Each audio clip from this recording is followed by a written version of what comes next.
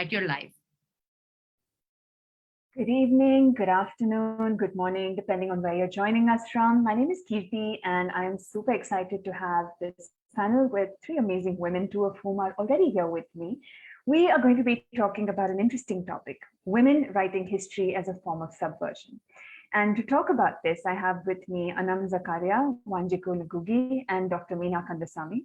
Anam is the author of 1971, A People's History from Bangladesh, Pakistan and India, Between the Great Divide, A Journey into Pakistan-Administered Kashmir, and The Footprints of Partition, Narratives of 4 Generations of Pakistanis and Indians, which won her the 2017 KLF German Peace Prize.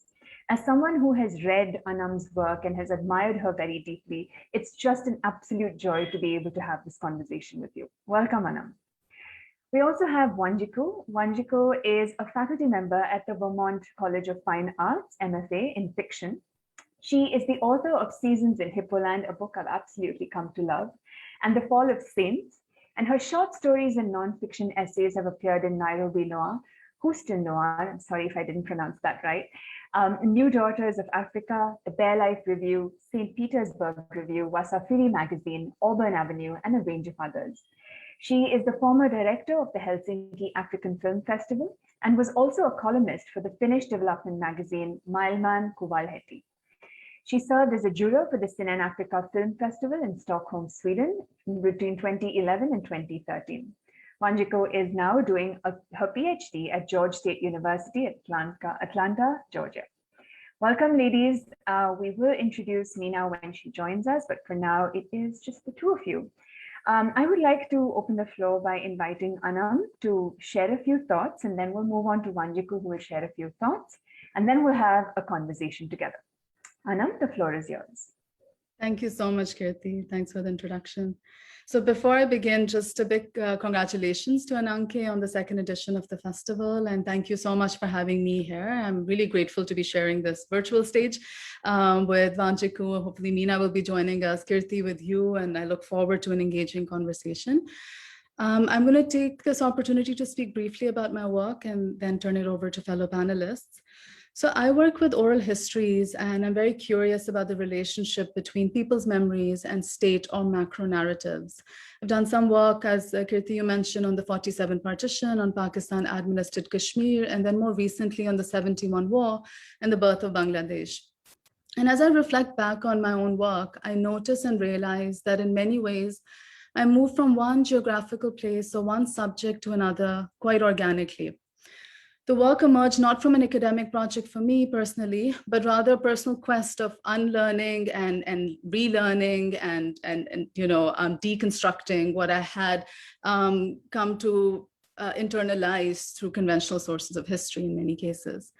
I started working off by focusing on the partition of 47 and sitting down with partition survivors in India and Pakistan, mostly in Punjab, as well as working with school children in both countries to understand intergenerational memory. But as I finished working on my first book, I began to realize how much of the existing work on partition, be it films or literature or even public discourse, centers around Punjab and sees partition through the lens of Punjab. And that in many ways is very, very understandable because of the sheer degree of violence and exodus that Punjab has witnessed. But I also began to see that until and unless I moved beyond Punjab, I couldn't fully understand what partition meant and continues to mean for people because it manifested and unfolded and continues to unfold in very different ways, depending on one's location, identity, and so much more. So that work then took me to Kashmir, where I worked on the line of control in Pakistan-administered Kashmir. And it was while I was there that I began to understand that I couldn't really grasp what was happening in Kashmir today or understand India and Pakistan's bilateral policies and politics in Kashmir until I understood the ways in which the birth of Bangladesh in 1971 had shaped and defined South Asia as we know it. So in that sense, one work or research topic took me to another. But what emerged in all cases, as I looked at state narratives on partition, on Kashmir, on 71, is that macro narratives or state narratives and the ways in which and the different sites in which states control and further those narratives, be it museums or textbooks or media, can firstly silence or censor people's experiences inconvenient to the national story, Thus, for instance, India and Pakistan's bilateral hegemonic narratives silenced Kashmiri voices or illegitimate them by terming the struggle as state-sponsored terrorism. Secondly, state narratives tend to homogenize or package people's experiences into neat categories.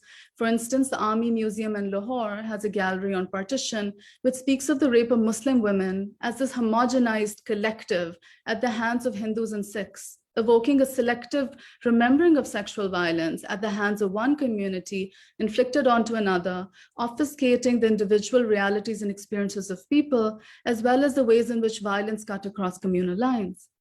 And thirdly, state narratives also tend to selectively appropriate people's experiences to fit their own national projects. For instance, weaponizing one community's pain, be it violence against the Urdu-speaking community in East Pakistan or present-day Bangladesh in 1971, or the Pandit community in Kashmir to demonize another community, be it Bengalis or Kashmiri Muslims.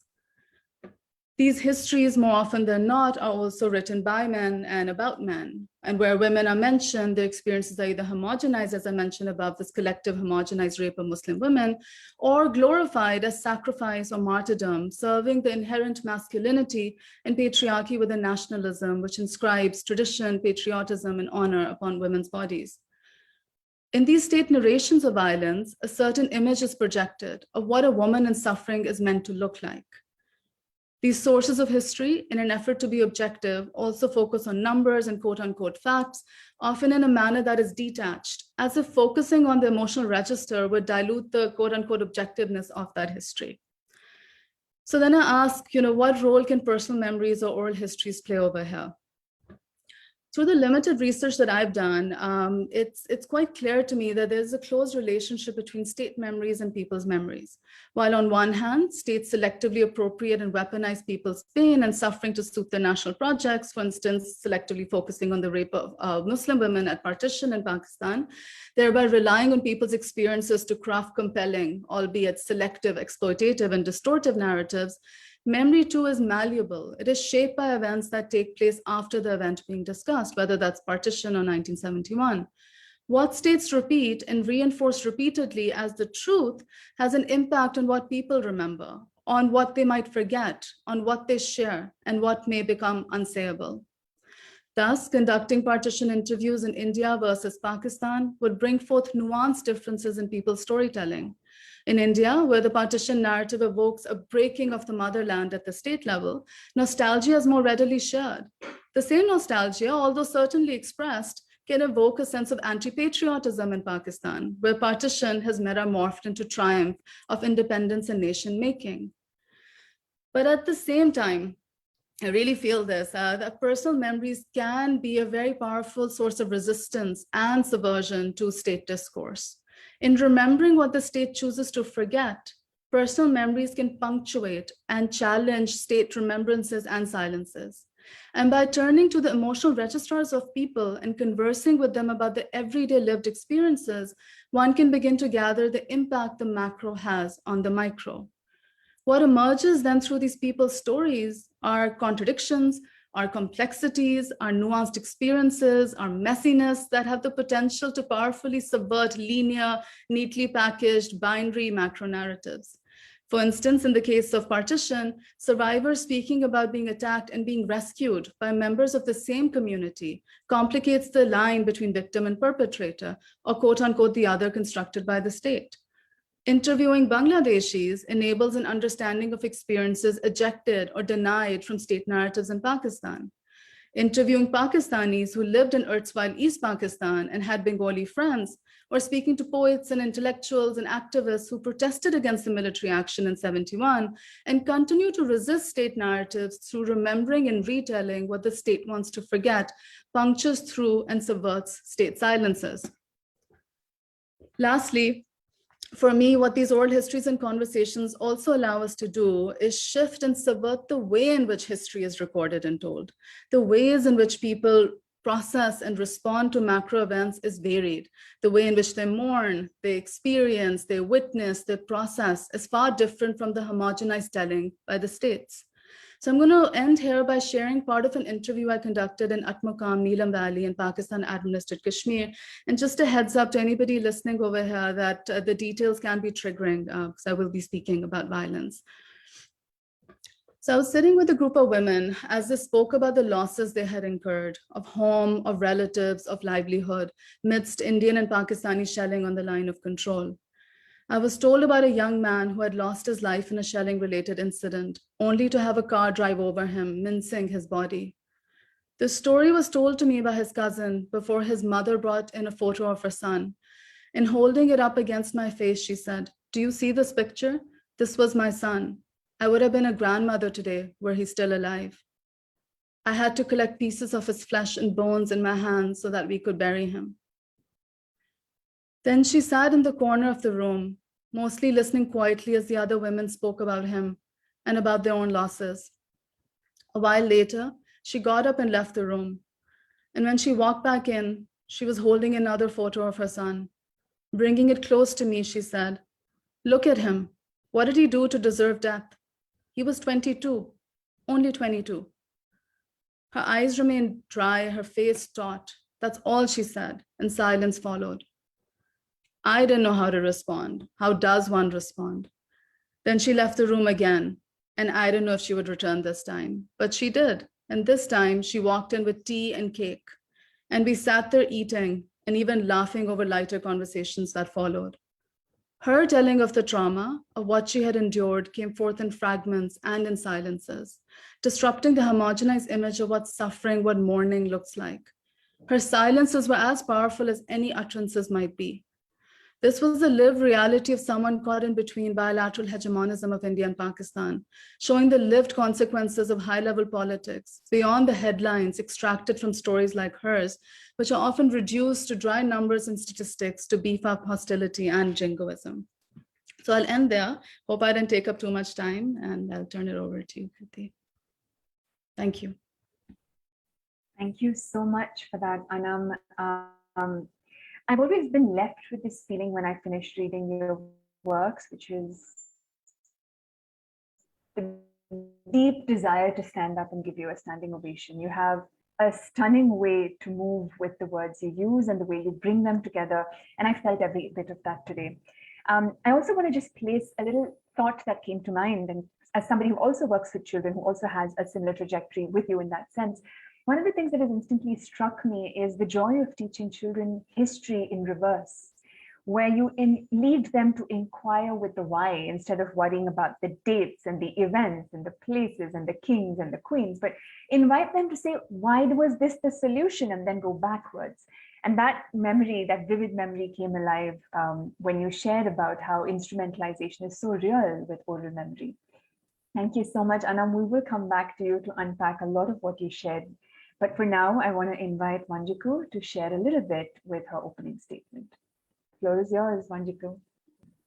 Well, thank you so much. Thank you so much for the invite. I'm quite excited to be here. I have been looking forward to having this conversation. And thank you so much, Anam, for that. I'm sure we'll come back to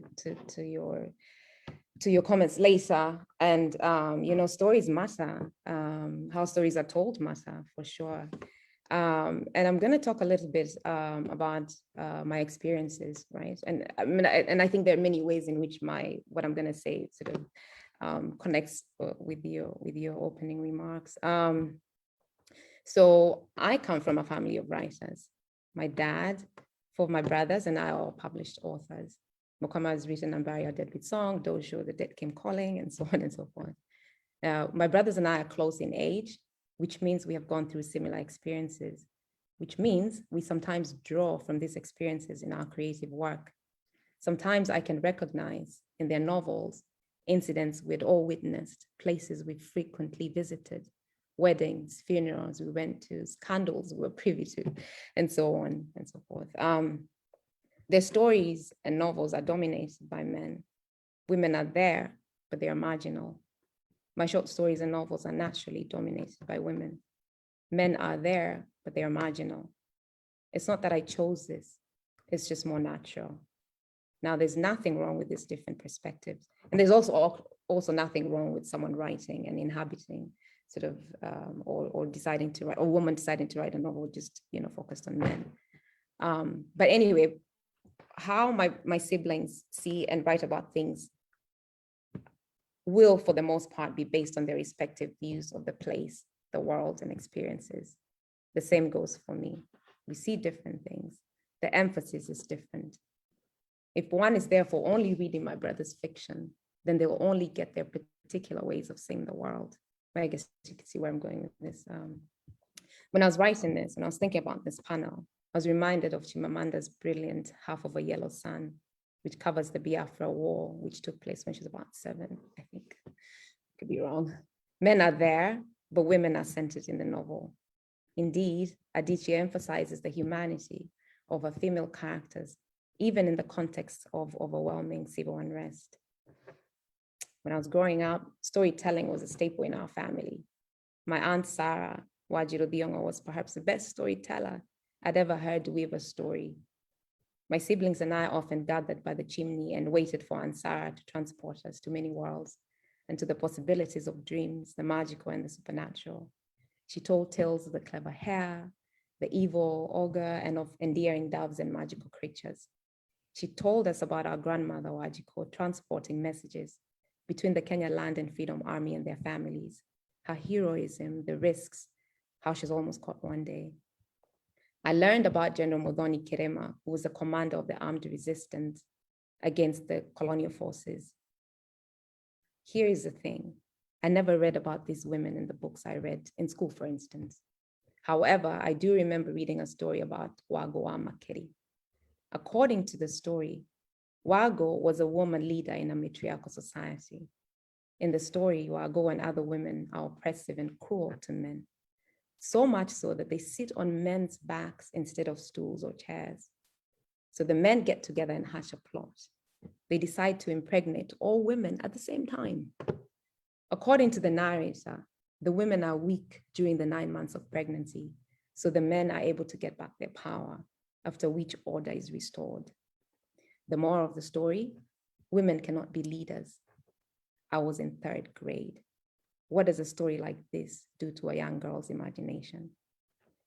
The women I read about were either caricatures, relegated to the margins of the culture, and or confined to the domestic and private sphere.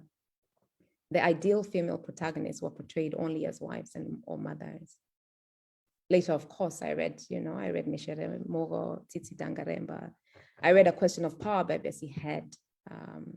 Nawal Sadawi's Woman at Point Zero changes by Mataid with their strong female archetypes, writing characters that privileged African women's experiences. In A Question of Power, for instance, I was intrigued with how Bessie used the theme of madness to highlight the struggles and tensions of being a woman in society. The woman's body becomes a site of the struggle against oppression and then liberation. These novels presented a multidimensional view of African women, reconstructing, in my view, the cultural erasure of women, or if you like, the idealization of women with limited roles. These women writers presented in their novels and short stories the women I grew up hearing about. In these novels, women characters articulated their desires in public. My second novel, Seasons in Hippoland, published a couple months ago, explores the relationship between art and the state in need of controlling the way art manifests, and art trying to free itself from this hold. In my early years, I'd come to realize the power of storytelling, both on the micro scale of the family, and later years, the power of storytelling on the macro scale of nation building, for survival, meaning making, resistance, power, agency, freedom, right, or identity.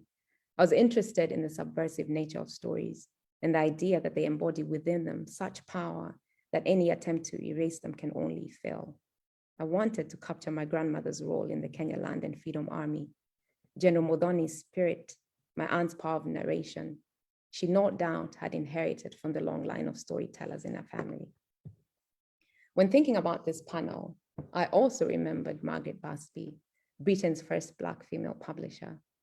In 1992, Margaret edited an anthology, Daughters of Africa, an international anthology of words and writings by women of African descent from the ancient Egyptian to the present. The anthology was groundbreaking in its presentation and exposure of the work of female African writers. When asked the reason for collecting these stories, Margaret said it was a response to a perception that there weren't many Black women writers, and added that it was important for women to find themselves in stories because, as she stated, for the most part, a person wants to see themselves reflected in what they read, that there was also a history that women could draw on that went back a few generations. Before I wrap up, I do want to tell you a bit about more on Wago Wamakeri, the woman whose story I read in 3rd grade. So years later, when I was studying at the New York University, I learned that she had indeed existed. She had been a colonial chief, the first woman chief, but a colonial chief nonetheless. She was an authoritarian tax collector, and she was cruel, as one would expect. She was, after all, aiding, the colonial forces. She was a problematic leader who had betrayed her people. However, her story had been altered. A lesson, no doubt, about how terrible an idea it is to have women in leadership. Stories are powerful. Whoever wrote this was well aware. Wago, being a colonial chief, was not enough to indict her. The author had to reimagine her story in order to implicate all women. This is why women must be written into history. In telling their stories, women are correcting omissive and limited historical realities of women's experiences. That's it. Thanks. That was beautiful, Wanjikū.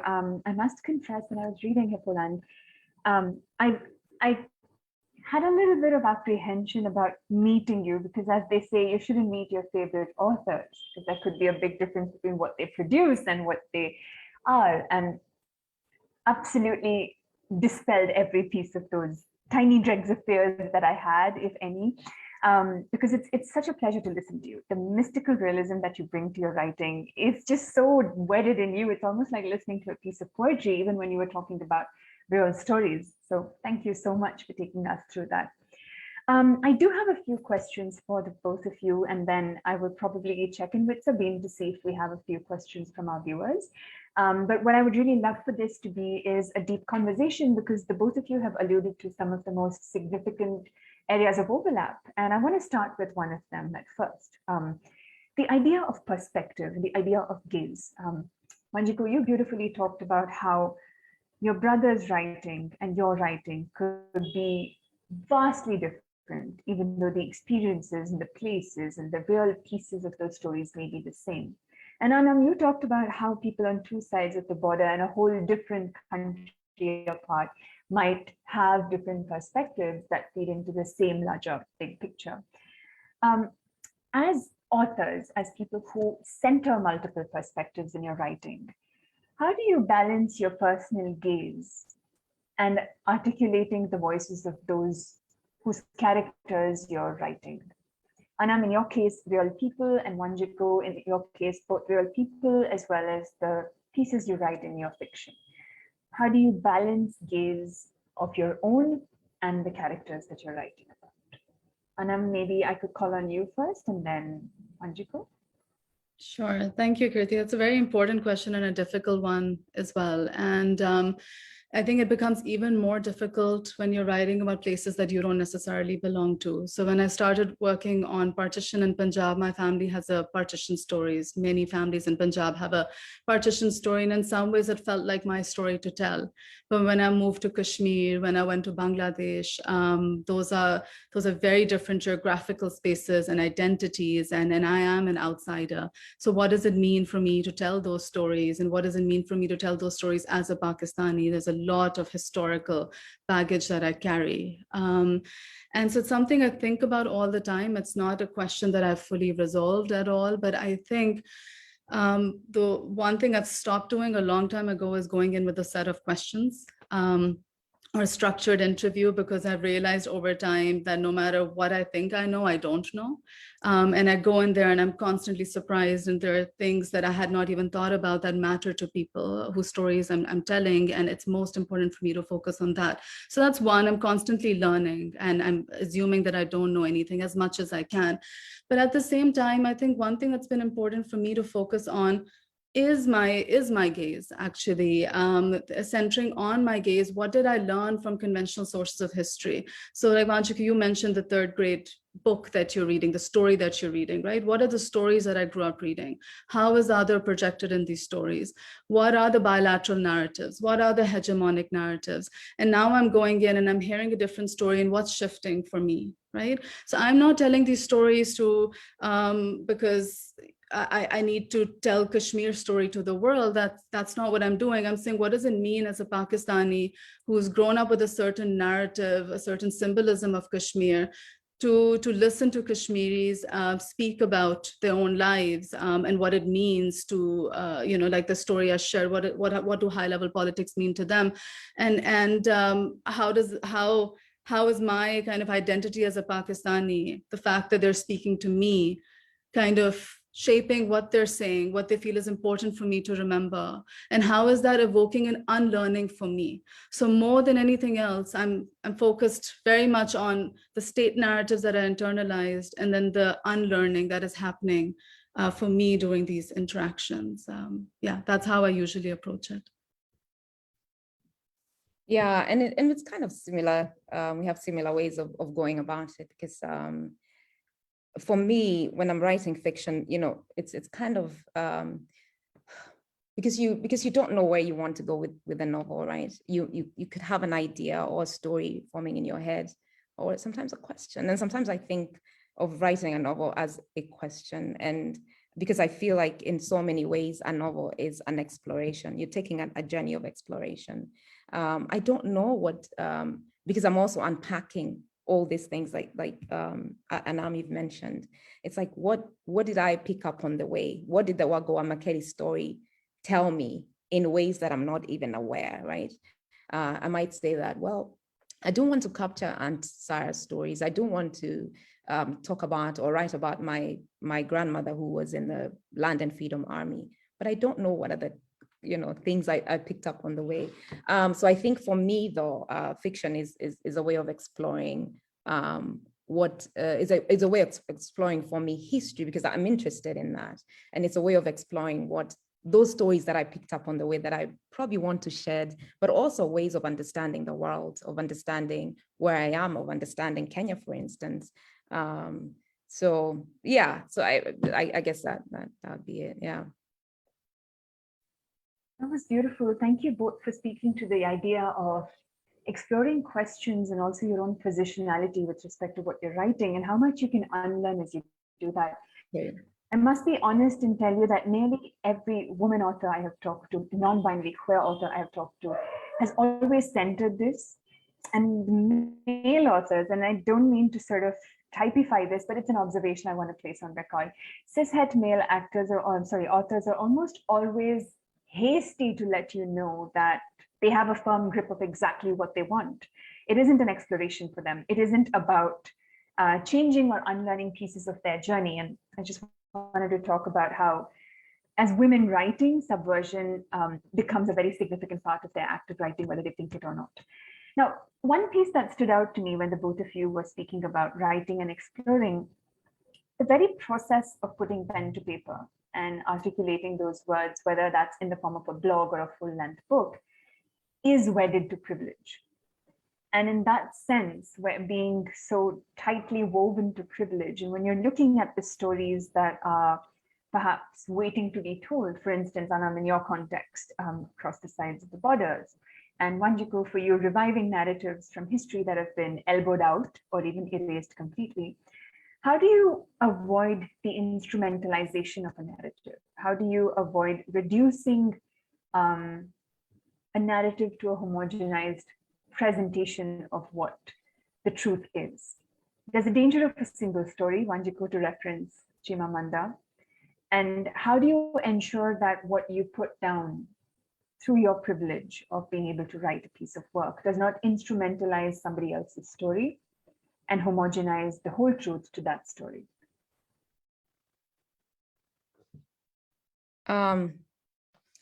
Right, that's an interesting question, but I mean, I think I don't know, because I don't know that when I sit down to write, I'm not writing to sort of say, oh, let me correct this omissive part of history, you know, or let me fill in that gap there, you know, or let me write some bit of history into myself. I'm not even thinking about myself as a woman in that regard. I'm not setting out to say, you know, I feel like my brothers are doing quite a bit and presenting the men's stories. Let me come in and, you know, I don't think so. I think for me, I'm really exploring and I'm in search of some truth, whatever that may be for me, right? And the only way I think I stay close to that, to what I embark on, is trying to let the characters go where they may, you know, because you can't write outside of yourself. I really don't think that you can, but I think that what informs you, how you see the world, and how the world, and how that is what sort of guides you, right?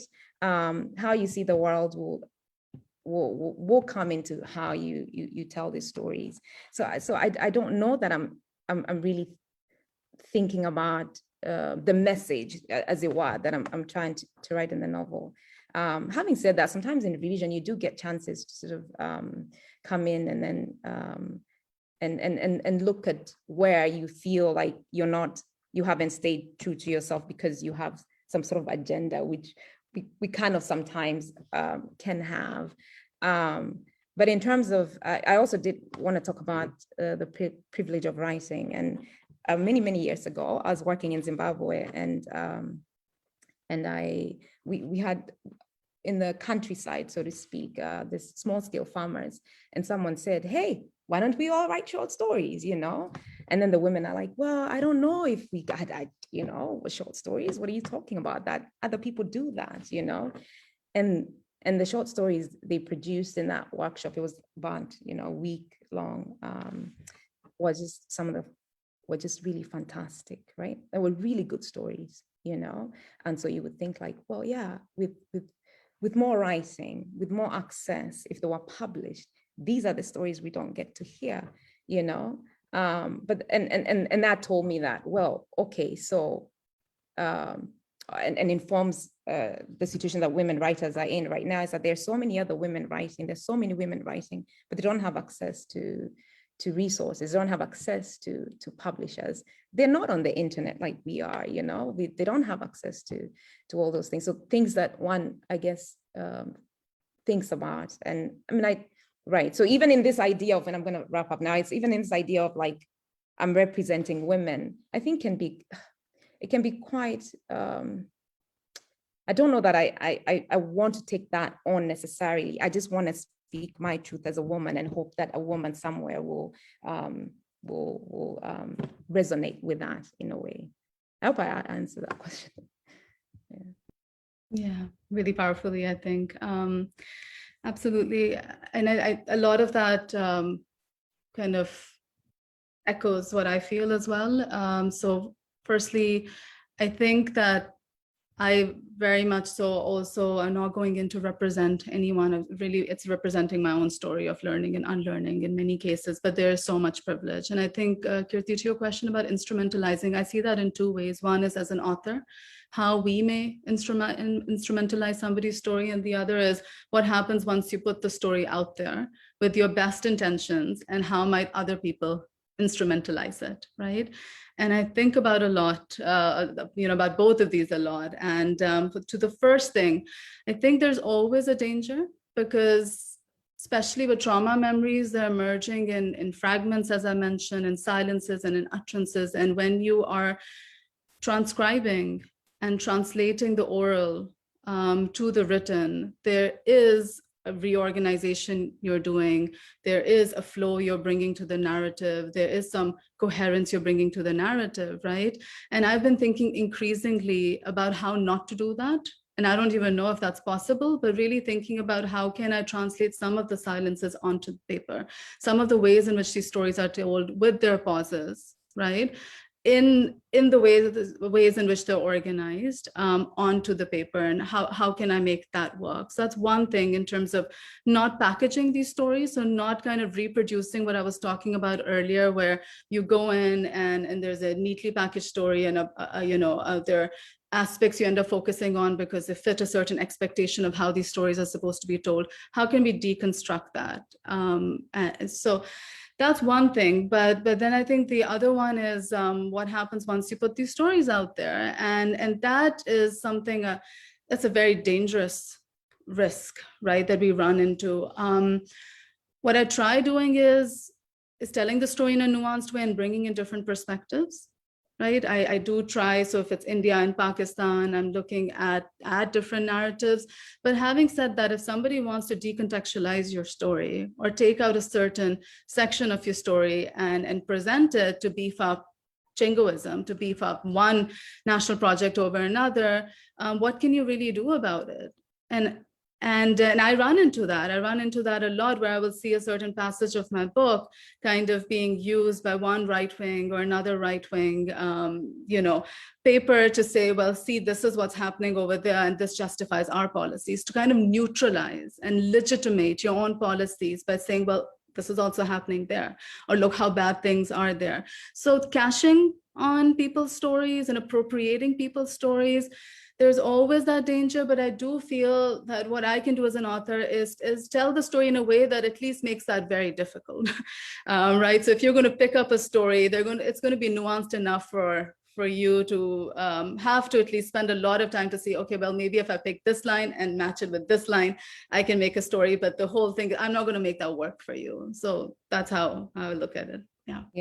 And just to add on to that, I think that's the struggle of the writer, right? Is to let the characters go where they're supposed to go, where they are meant to go, but not trying to, because for me, I think the part I struggle with is sort of trying to control my characters, right? And I think that if you can just allow, one day I'll get there, but to let the story go where I think that would be your most authentic truth, right?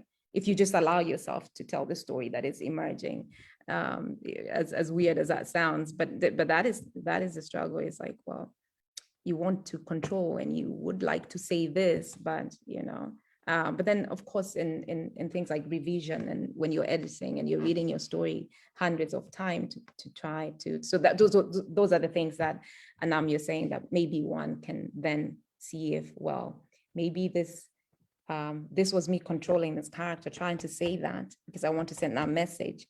And maybe if I say it this way, it's more true to the character. There's more truth in the story in some sort of way. Exactly, absolutely. And it's the same thing, even writing about people, right? As I was mentioning earlier, I've begun to realize that I don't know. And when I walk in, I think I have a different project in mind, and it turns out to be something completely different, takes a life of its own. And I have to, as an author, allow it to take that life of its own. I can't direct it. I can't go in with a set agenda of this is the story I want to tell. If that's not the story people want to tell, or if that's not the story that's important to them, then who am I to determine different parameters of what is sayable and what is not? Yeah, absolutely. Well, that was a beautiful flow of conversation. I almost felt like it was inappropriate to interject with a question, but given what the both of you do in terms of telling these stories, just the space that you allow your subjects to lead you, how does language play a role in this? Given that we do write in the colonizer's tongue, and on the one hand, you have Anam, who is receiving painful memories in different languages, right? And then on the other hand, Wanjikū, you're weaving in such powerful elements of magical realism that are very deeply woven into your perception of the world and your childhood and all these little stories that you've read in your history. How does language play a role in shaping or even maybe stunting your writing process in dealing with the subjects you deal with? Yeah, the question of language, right? It's very important. I often, I think because I speak my language fluently, my kids speak my language fluently. We speak to each other in Ngūgī all the time, but yet I write in English, and obviously that has to do with obviously the history, right? It's like, well, Kenya was colonized by the Brits, and if you spoke, and even today actually, if you spoke my mother tongue in schools, if you spoke your language in schools, you were punished physical punishment, which still goes on till today, so you grow up with not only shame because what does that tell you? If you speak something and someone beats you for it and you get punished for it, you learn a lesson. I should not be speaking this, and then other things go on from that. So the other thing is you actually don't get to learn the language. I don't remember ever, well, actually, I did not take any class, obviously, in Gikuyu. Everything I know is through, my parents and my community, my family, and so on and so forth. And I've been thinking a lot about that. It's well, I'm writing these books, and some of my relatives obviously cannot read them, and I think my dad has talked about that. My dad's a writer, and he's talked about how when he was writing his novels early on, and his mother could not read the novels. And he thought, what am I doing, right? So there are all these sort of questions. It's something I've been thinking about and lately, and hopefully soon, I hope, I'll be able to pen some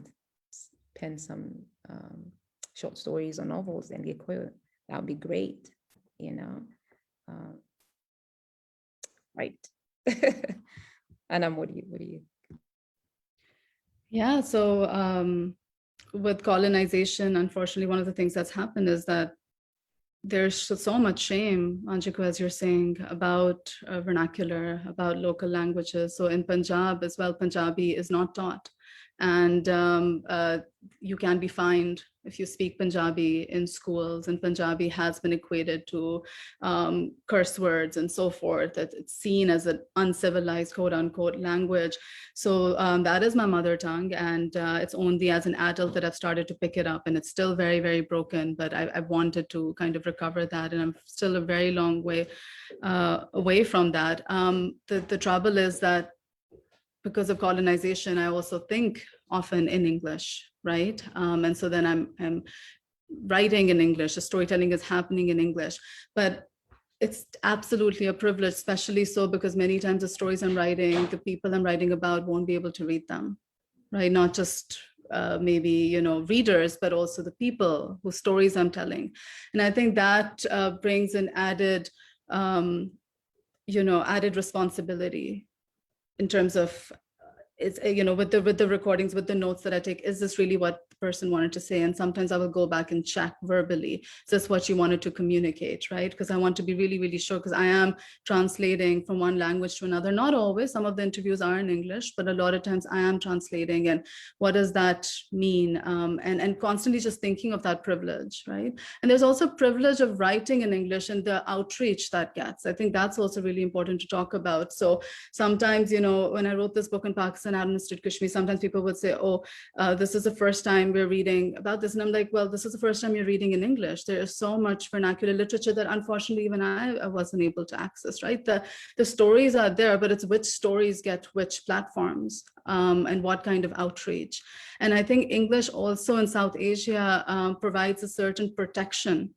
Not always. I mean, there are always certain red lines. If you cross, then, no matter what language you're writing in, there are going to be consequences. But I do think that writers who are writing in English do get a certain level of privilege and protection, just because the states also don't feel that the outreach is going to be that pervasive. And you write the same story you translate it, or you write the same story in Urdu or in Punjabi, and it can have different consequences. So I think, again, I don't have answers to a lot of really brilliant questions you're asking, Kirthi, but these are such important things to think about constantly, and being very aware of your own privilege, of how you're able to tell those stories and who is able to hear your stories versus somebody else's because they're not being written in English.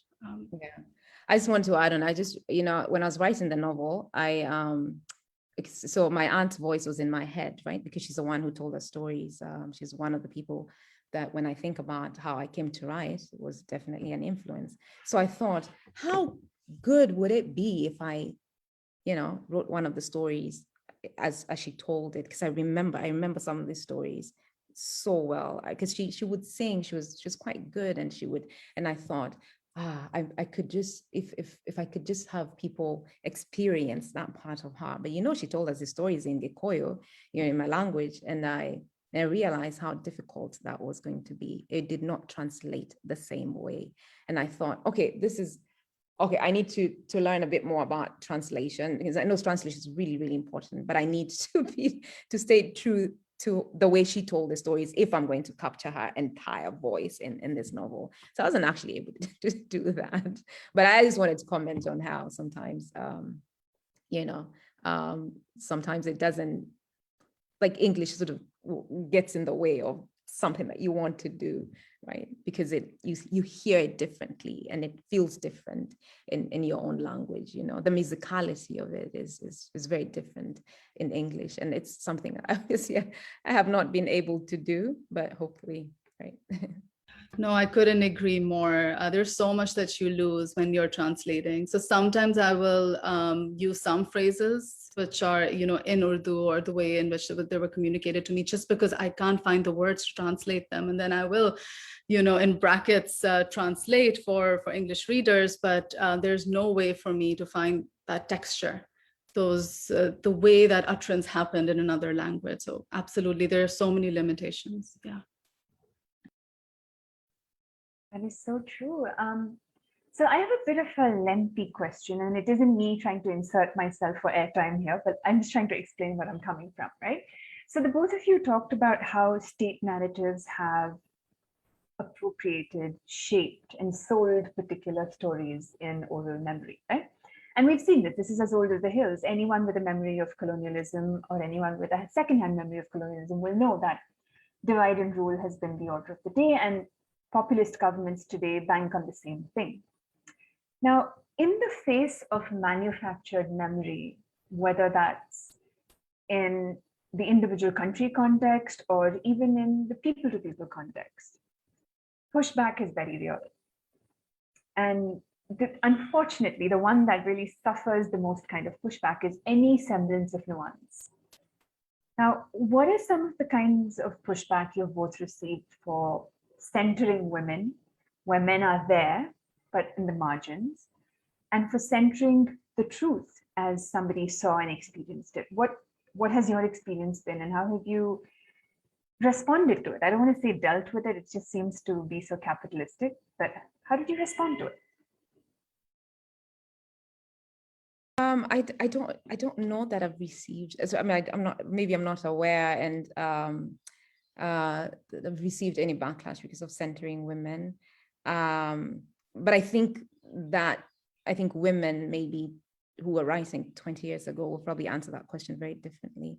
But in terms of intervening, I think that you were talking about how the state, or we've been talking about how the state is always trying to control the way art manifests itself. I guess my answer to that would be like that. I guess that's the role of writers, is to bring that nuance, even as it comes with sort of risks, right? And right now I'm thinking about Tsitsi Dangaremba, who's the author of Nervous Conditions. I think sometime last year, I could be wrong about the timeline.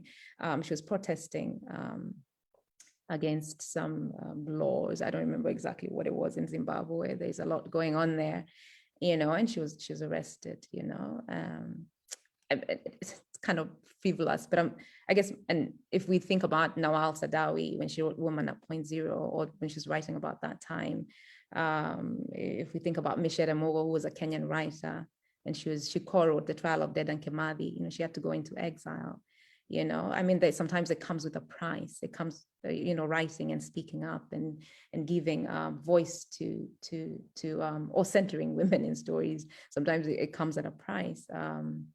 There was Wangari Maathai in Kenya. She's a Nobel Peace Prize winner, and she was arrested. And the president, I remember at the time, going publicly saying that, what can a divorced woman tell us? So sometimes, speaking up and writing and saying, well, I want to say something about this. I want to write women. I want to write, not even maybe about that. I just want to tell my experience, right? And narrate my experience comes with a price.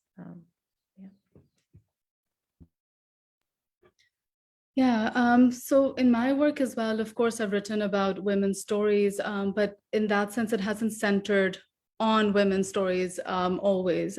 What it's centered on is people's memories and juxtaposing them against state memories. But I think what and I also, as a result of that, I don't think I faced backlash for centering on women's stories itself, but rather deconstructing state narratives. But what I do want to talk a little bit about is, when I'm sitting in a room and there are women there and I'm trying to interview them, a lot of times those pauses or those moments or those interactions will sometimes be hijacked by the men in the room or by the men that will come into the room. And that is often a struggle where, there's a push and pull between like, no, I really want to hear this story. And right. And sometimes, this was especially the case when I was doing the work on partition. Sometimes women themselves will say, what did I see? Why don't you speak to my brother? Or why don't you speak to my husband? And I see that as a result of the long history of marginalization of women's experiences and some of that internalization of the trivial role, quote unquote, that women play in history and recorded history. And of course, notions of honor and shame that are linked to women's experiences. So there's so much over there. And as a result of that, a lot of times women will just say, what did I see? And so how do you even start documenting those stories and what does that look like? So I think that's there. And then the pushback is more so because you're using these stories, men and women and children's stories, and they're saying something else which threatens the neatly packaged narratives of the state. Yeah. Absolutely. Well, something you said, Anam, really struck a chord for me, which is the piece about how those pauses get interjected very easily by the men in the room. And it speaks so much about just how even the lines in our history textbooks have been appropriated by men writing those pieces, right?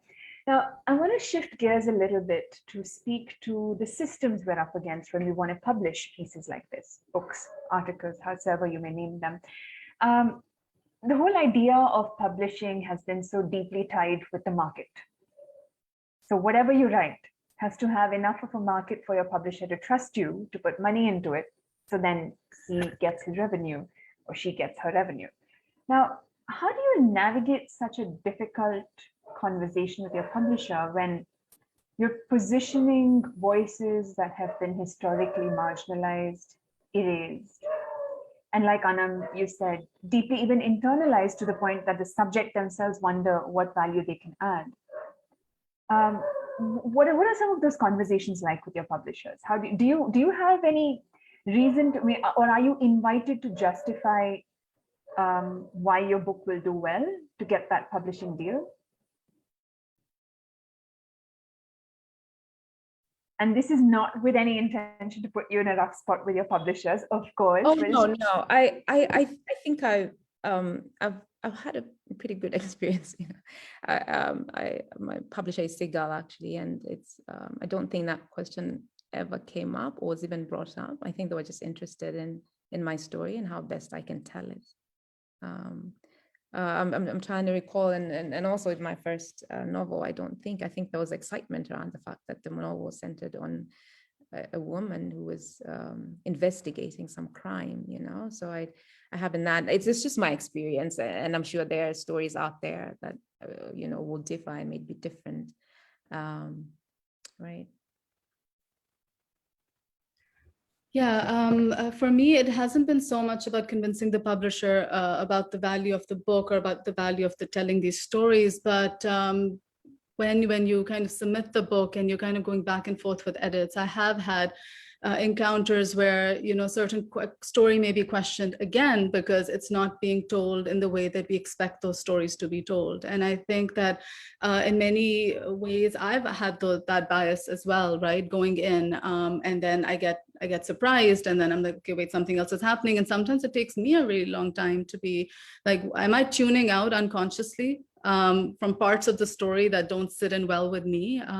That's how my first book began. I was doing these interviews for the Citizens Archive, who I worked with for about 2 years, and it was a particular interview that jolted something in me. And then I went back and I listened to recordings, and I noticed that I would tune out unconsciously when the story of partition didn't fit the story that I had learned about partition, right? So I would, acknowledge everything else that was being said as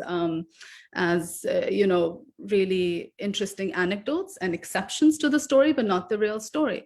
So I think similarly, I have had interactions where, I've written a story a certain way because that's as close to, the version or the truth that I understood from the people who were sharing those stories and trusting me with those stories. And there've been some question marks of like, why would how can a mother leave their child outside during shelling, and kind of those questions. And I've had to kind of stop and say, do we understand what it means to live in a conflict zone, right? This is not a choice, right? There's firing happening. These are the realities of people, and that's what they're expressing. Or the pauses or the silences, kind of, no, I want these to remain as they are. I want this choice of word to be here because that's how it was expressed to me. So yeah, some of those struggles back and forth, absolutely, yeah. Yeah.